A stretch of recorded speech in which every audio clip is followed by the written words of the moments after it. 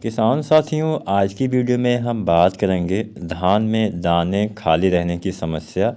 इसका समाधान हमें कैसे करना है, कैसे हम क्या करें जिससे हमारे जो सभी दाने आए उसमें हमें अच्छा चावल मिल सके, दाने खाली रहने की समस्या ज़्यादा ना हो। इसके लिए क्या क्या कार्य अभी करना चाहिए। अगर आपकी भी बालियां बाहर निकल आई हैं, लगभग 80-90% किसान साथियों की बालियां निकल ही आई हैं, तो क्या करना है पूरी जानकारी मिलने वाली है। बालियां के दाने क्यों खाली रहते हैं, तो पूरा वीडियो आप ज़रूर देखिएगा। किसान साथियों, दाने खाली रहने की पहले कारण क्या होते हैं इसके बारे में हम जानते हैं। इससे पहले आप हमें ये बताइएगा कि आपकी अभी क्या बालियां निकल आई हैं या नहीं निकली हैं, और क्या आपके जो धान है वो कटाई लायक हो गया है या नहीं हो गया है। इसके बाद आप कौन सी फसल लगाने वाले हैं, ताकि हम उसी हिसाब से वीडियो बना सकें। तो यहाँ पे हम दाने खाली रहने के जो प्रमुख कारण हैं उनको हमने 3 भागों में बांटा हुआ है। इन 3 वजह से हमारे दाने खाली रहने की समस्या ज़्यादातर हो सकती है। पहला अहम कारण होता है परागण। परागण अगर सही से नहीं होता है, परागण में कोई भी समस्या आती है, तो दाने खाली रहने की समस्या ज़्यादा हो सकती है। दूसरा कारण हो सकता है नमी की कमी, यानी पानी की कमी। अगर पानी की कमी हो जाती है तो भी ये समस्या आ जाती है। और तीसरा कारण हो सकता है पोटास की कमी। तो इन तीनों विषय पे हम चर्चा करेंगे। पोटास की कमी अगर है तो क्या करें, और परागण में समस्या आ रही है तो क्या करें। तो पूरा वीडियो किसान साथियों आप ज़रूर देखिएगा। सबसे पहले बात परागण से ही करते हैं। किसान साथियों, किसी भी फसल में जिसमें भी दाने फल आते हैं उसमें एक प्रक्रिया होती है परागण की। परागण प्रक्रिया में होता क्या है कि नर मादा फूल यानी जो मेल फीमेल फ्लावर्स होते हैं उनके मिलाप के बाद ही जो है हमारे पौधे में दाने का विकास या फल का विकास, बीज का विकास हो पाता है। अब ये जो दाने फल बीज का विकास होता है, इसके लिए परागण जितना ज़रूरी है उससे ज़्यादा ज़रूरी कुछ भी नहीं है। अगर परागण सही से नहीं होगा तो दाने खाली रह जाएंगे। अब परागण सही से क्यों नहीं होता है इसके बारे में भी हम जानते हैं। किसान साथियों, परागण जब होता है, जब बालियां बाहर निकल आती हैं तो उसके बाद एक अवस्था आती है फ्लावरिंग की अवस्था, फूल वाली अवस्था। फूल वाली अवस्था में ही परागण होता है, जिसको हम भूल आना भी बोलते हैं, फूल आना भी बोलते हैं। अलग अलग जगह पे अलग अलग नामों से इसको जाना जाता है। जैसा कि आपको नीचे दिखाई देगा, छोटे छोटे इसमें फ्लावर्स नज़र आएंगे।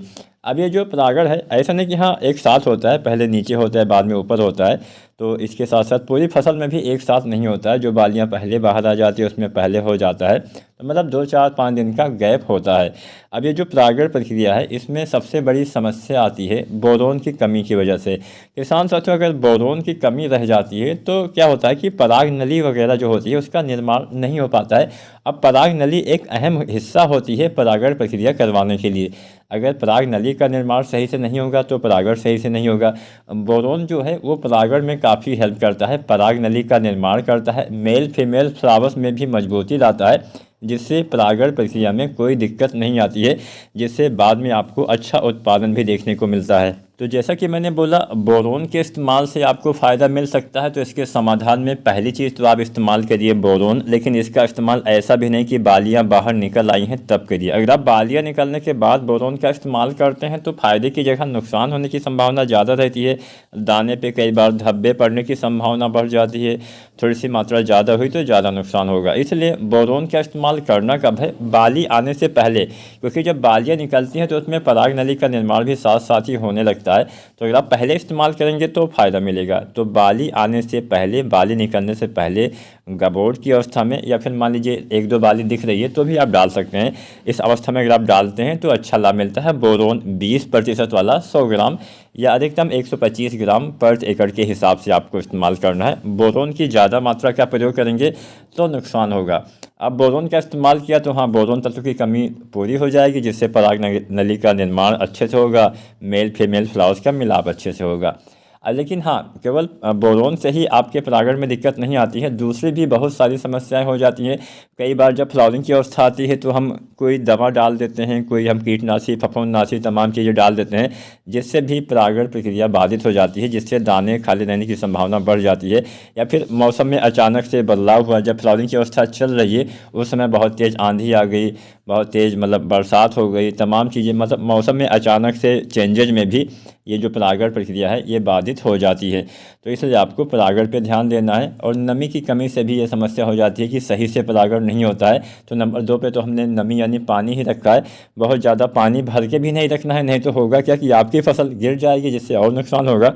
तो बहुत ज़्यादा पानी भरिए मत, लेकिन पानी की कमी भी आपको अपने धान के खेत में नहीं होने देनी है, नहीं तो समस्याएं आ जाएंगी। जब तक आपके दाने का रंग सुनहरा ना हो जाए हल्का, तब तक पानी की कमी आपको नहीं होने देनी चाहिए। तो आपको नमी बना के रखना है। नमी की कमी से भी, पानी की कमी से भी ये समस्या आ जाती है। तीसरा हमने बताया पोटास। अब पोटास आपको अपनी फसल में कब डालना है? पोटास वैसे पोटास बहुत सारे किसान साथी पूरी मात्रा रोपाई के समय डाल देते हैं। जो दानेदार पोटास की हम बात करें, NP जो आता है, MOP पोटास जो आता है 60% वाला, तो लगभग आप 25 किलो से लेकर 40 किलो तक पोटास डाल सकते हैं। 25 से 30 किलो जल्दी तैयार होने वाली वैरायटी में, 30 से 35 किलो एक मध्यम अवधि की वैरायटी में, 35 से 40 किलो एक देर से तैयार होने वाली वैरायटी में पोटास की मात्रा आपको डालनी होती है। ये मात्रा पर एकड़ के हिसाब से है। तो आप चाहें तो पूरी मात्रा रोपाई के समय जब आप खाद डालते हैं तब डाल सकते हैं, या फिर रोपाई से आप 50 दिन के अंदर तक भी मात्रा डाल सकते हैं। लेकिन हाँ, बेहतर रहेगा कि आप 2 भागों में बांट के डालें। मतलब या तो पूरी मात्रा रोपाई के समय डालिए, या फिर आधी मात्रा रोपाई के समय और आधी मात्रा 40, 45 या 50 दिन के अंदर। कोई देर वाली वैरायटी है तो 50 दिन तक भी रोपाई किया पोटास, MOP पोटास 60% वाला डाल सकते हैं। तो अगर मान लीजिए कि आप पोटास जो है वो 30 किलो डालने वाले थे मोटा, तो आपको 15 किलो रोपाई के समय डालना है, 15 किलो 40, 45 या 50 दिन के अंदर प्रयोग कर देना है। 50 दिन के बाद ना तो हम पोटास डालेंगे, ना ही किसी दूसरी दानेदार खाद का इस्तेमाल करेंगे, नहीं तो वो ज़्यादा काम नहीं कर पाएगी। तो अगर आपकी फसल 50 दिन से ज़्यादा दिन की हो गई है, हालांकि अब तो सब में बालियाँ वगैरह निकल आई हैं, 70-80 दिन की, 90 दिन की फसल होने वाली होगी, लेकिन हाँ मैं बोल रहा हूँ कि अगले साल आप ये करिएगा। तो अगर आपकी फसल 50 दिन से ऊपर की हो गई थी, आपने पोटास नहीं डाला था, तो आप NPK कुछ आते हैं उसका इस्तेमाल कर सकते हैं। NPK 0050 वगैरह डाल सकते हैं। अब मान लीजिए बालियाँ बाहर आ गई हैं और आप पोटास नहीं डाले हैं, तो पोटास की पूर्ति के लिए भी आप 0050 का इस्तेमाल करिए, 1 से 1.5 किलो। वैसे भी बाली निकलने के बाद अगर आपने पोटास पहले डाला हुआ भी है तो भी आप NPK 0050 का इस्तेमाल करते हैं, तो इससे दाने का भराव वगैरह अच्छे से करवाता है, दाने में चमक, दाने का वजन बढ़ाने का काम करता है और दाने खाली रहने की समस्या को कम करता है। एक बात का ध्यान आपको ये भी देना है कि 100% दाने का भराव कभी नहीं होगा। कुछ दाने हमेशा खाली रह जाएंगे, वो स्वाभाविक होता है। सारे दाने में चावल नहीं आते हैं, 2-4 दाने खाली रहना स्वाभाविक होता है, लेकिन हाँ, ज़्यादा दाने खाली रहने से उत्पादन में कमी अवश्य आती है, इस बात का ध्यान दीजिएगा।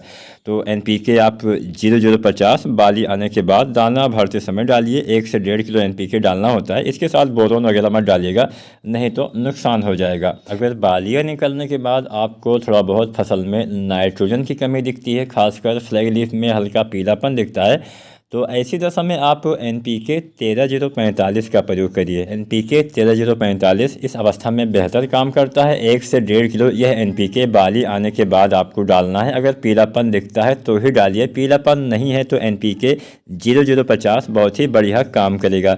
तो उम्मीद करते हैं आज की वीडियो में आपको पता चल गया होगा दाने खाली रहने की समस्या क्या होती है। 3 मुख्य कारण मैंने आपको बताए, परागण न होना, नमी यानी पानी की कमी, पोटास की कमी से भी ये समस्याएँ आ सकती है। तो उचित समय पे पोटास का इस्तेमाल आपको अवश्य करना चाहिए। अगर आज की वीडियो, आज की जानकारी आपको पसंद आई है तो लाइक शेयर करें। चैनल को सब्सक्राइब नहीं किया है तो SRJ खेती चैनल को आप सब्सक्राइब भी करिएगा। धन्यवाद।